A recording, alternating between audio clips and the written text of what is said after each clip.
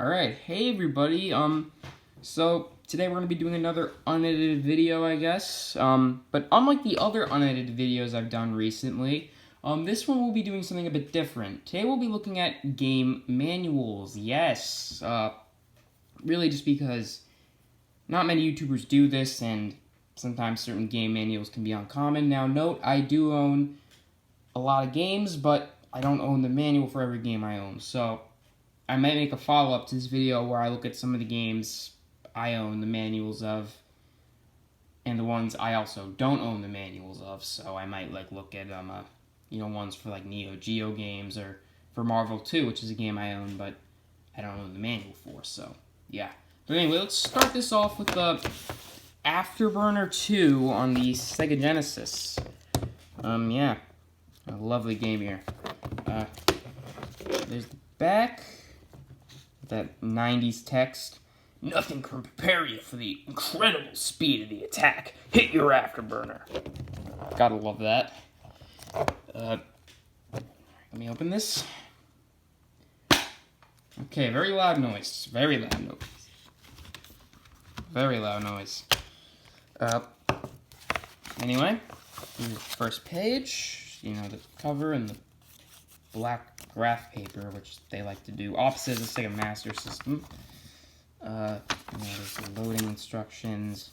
Plot synopsis, which is pretty nice, pretty lengthy. Controls. Getting started. Your objective. There's this Sega Enterprise building, playing the game. Most of the basic stuff. Oh, and there's some tips. I always liked this edition because it actually did kind of help me. And there's a scorebook, which I know most people won't use, unless you're into that kind of thing. So, yeah, overall, it's an okay manual. I mean, gets the job done. I like the addition of the plot synopsis, as well as the map over here. That's a really nice addition, but other than that, it's okay. It just gets the job done. It's one of those manuals that just gets the job done, which is what a manual should do, but I like when they put more effort into it. It's kind of fun when they do. But, next up, we're going to be looking at a Sega Saturn manual. Street Fighter Alpha 2, or as this Japanese version is called, Street Fighter 02. Versus Fighting. I'm assuming that's the Japanese version of the ESRB.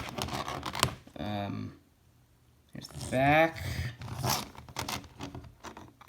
With all those screenshots and everything. Very 90s screenshots. There's our disc, of course. And then there's the, this weird spine card thing, which I think, the cashier would, scan. Maybe it was, on the outside first. And then the guy I bought this from maybe put it in here. I don't know. But let's get this out, and let's look at the manual.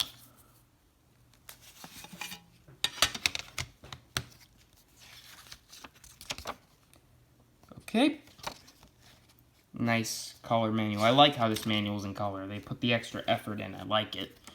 I like when the manuals are in color. The levels.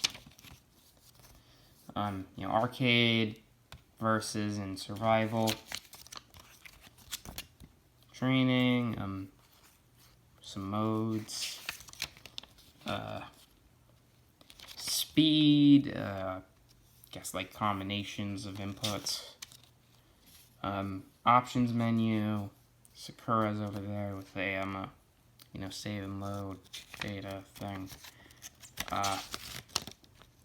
Flipping the page, here we have, how to, activate the custom combos, with your supers and things like that, and then there's, I guess, a little drawings showing how Ken is using his super. And then on this one, we have some nice little drawings made just for the manuals. I like when they do that. And then they're showing us how to use the move list section, and they're using photoshopped images of the game sprites. That's kind of funny. And Rolento gets 2 pages. He's special. So does, again, Some characters get 1 page to themselves, some get 2. I don't know why. Or maybe they just have more moves than the other, or something like that. Where's Sakura's move list? It's the thing. Oh wait, I think it was on the same page as Ryu. Okay, then Akuma gets 2 pages as well, and yet he's not a new character this game, so, yeah, I thought maybe it was for the new characters, but I guess it's not. Anyway, next we're gonna do another Street Fighter game. Street Fighter 2 Champion Edition on the PC Engine. Now, the weird thing about this manual is that it's kind of hard to take it out, so I think what they wanted you to do was sort of like read it like this, where you have the other page leaning over here on the case. So, I guess that's telling you how to manage the Hue card. There's Chun-Li herself.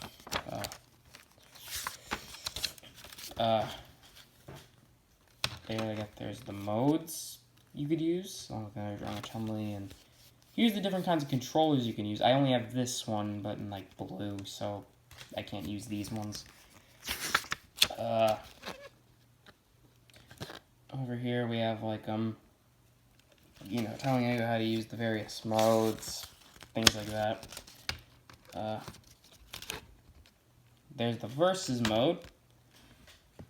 Then over there, there's just like a nice little, I guess, image over here. I guess they needed to take up page space or something, so they just added that. Ooh, and they even went out of their way to draw some stuff for us without facial features, except for Zangief. For some reason, Zangief gets facial features. I don't know why. The other characters don't, yet Zangief does. Anyway, I guess this is telling us how many rounds it goes up to, and the layout of the menu up there. Anyway, here we get the character bios. Not the special moves. Oh no, they don't give you the special moves on these pages. Trust me, they're not there. You know where they actually give you the special moves? In this manual? On like this completely separate page. Like what the heck? This is so weird. This is just telling you the inputs. Maybe they found it easier, I don't know. But yeah, there's Chun-Li on the back, so, you know, there's a bit of a weird end to the manual, but other than that, I mean, it's colorful, it's nice. You know, it looks very good, so, yeah.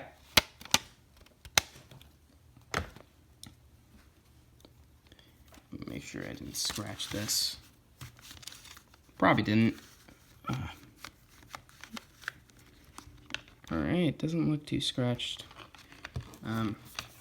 It's weird I would scratch it with the other game's case or something, but let me just put this back in. I hate when it does that. There we go. Alright, next we're going to look at Capcom versus SNK. Well, this is actually the first game, not the one with the awesome announcer. I own CVS 2, but I don't own the manual, so, yeah. Anyway. And then there's the Capcom Edge that Capcom was trying to push back in the day a lot. Why, I don't know. I mean, I guess it's because they just wanted a bunch of members for their subscription service. You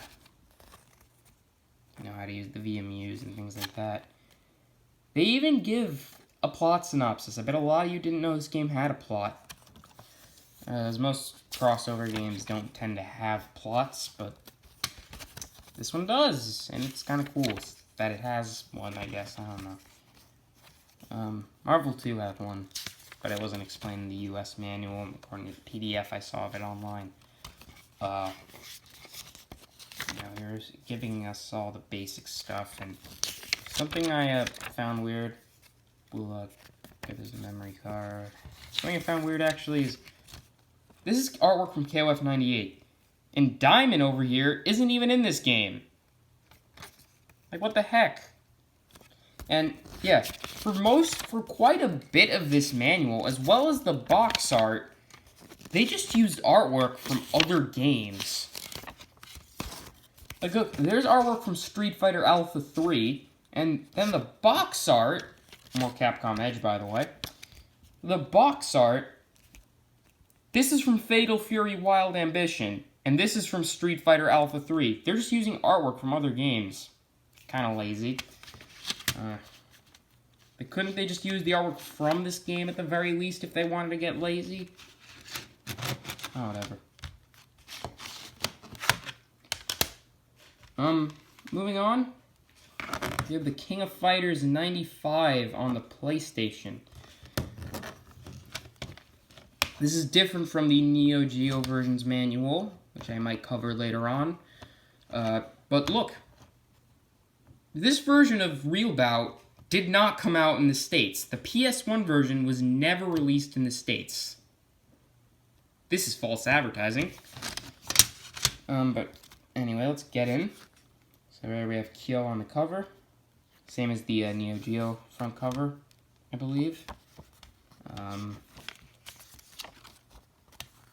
Right, there's like the basic controls. The Unsurpassed King of Fighters Tournament. So yeah, there's a plot synopsis of the previous game, as well as the prologue to this game.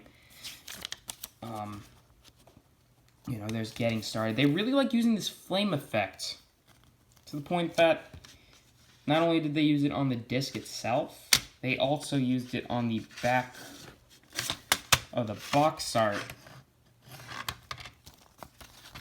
But, anyway. Yeah, very 90s, flame effect, let me tell you. You know, there's loading the game. There's some sort of newsletter thing, I guess. Okay, and here we get to the character special moves. You know, it just shows characters and their special moves, you know, pretty basic.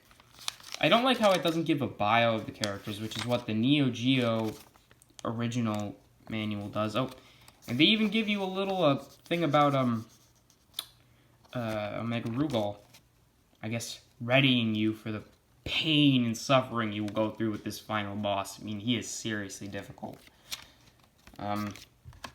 Yeah.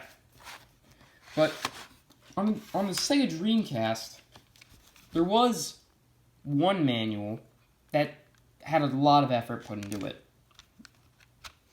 It's King of Fighters Dream Match 1999, also known as King of Fighters 98 on the Neo Geo. No false advertising over here. Alrighty, off to a good start. And look, it's a full color manual. Like, look at this. And to prove my point that that's a good thing, take Soul Calibur over here, for example. The only other game on the Dreamcast I can name off the top of my head that had a color manual was Sonic Adventure 2. Because, look at this. More black and white. Just like Capcom vs. SNK. You know, it's kind of boring. Just makes the manual boring. Sure, you have a little effect in the background, but it's kind of boring. But look at this. This is the only other Dreamcast manual I could think of that's in color. And look at it. It looks really nice. It includes a lot of what SNK does. For like you know, it add a lot of nice stuff to their manuals. Like what they do with the Neo Geo manuals, except now it's in color and it looks really nice. They probably just translated the Japanese manual. You know, like look, they have all the artwork, you know, all that stuff. And look, they even got like the sprites from the Neo Geo Pocket game. This to show how like you could link it up with it. So yeah, it's nice that they included those as well. There's the character special moves. You know, you get the gist. And there's another newsletter.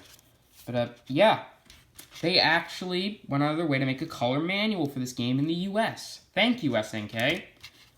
But one more thing to leave off with, I guess. This Neo Geo AES cartridge I have, which came with a marquee for Fatal Fury 2, and it even shows like you know how to play the game. It looks really nice. They put a ton of effort into even their marquees, where they show how to play the game and stuff. Yet you'd probably be able to barely see this in the arcade. That is effort right there. That is maybe somewhat needless because I mean this is rather small and you probably wouldn't be able to see it very well. But you know, it's effort well spent. Maybe needlessly, I don't know. Who cares? But anyway, thanks for watching. Hope you guys have a good day.